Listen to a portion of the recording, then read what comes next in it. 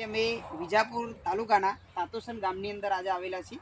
એક ખેડૂત મિત્રને સારું એવું આપણા ઇન્ડિયા ગ્રોની પ્રોડક્ટ વાપરવાના કારણે સારું એવું રિઝલ્ટ મળ્યું છે. આપણે ખેડૂતના મોઢે જ સાંભળશું કે એમના કેવું રિઝલ્ટ છે. તો ખેડૂત મિત્ર, શું નામ આપણું? પટેલ રાજેન્દ્ર કુમાર મોહનલાલ, તાતોસન, તાલુકો વિજાપુર. તાલુકો વિજાપુર. બરોબર. આ 1 એકરમાં બે બેગ નાખેલી છે. સારું એવું રિઝલ્ટ મળેલું છે મને. બરોબર.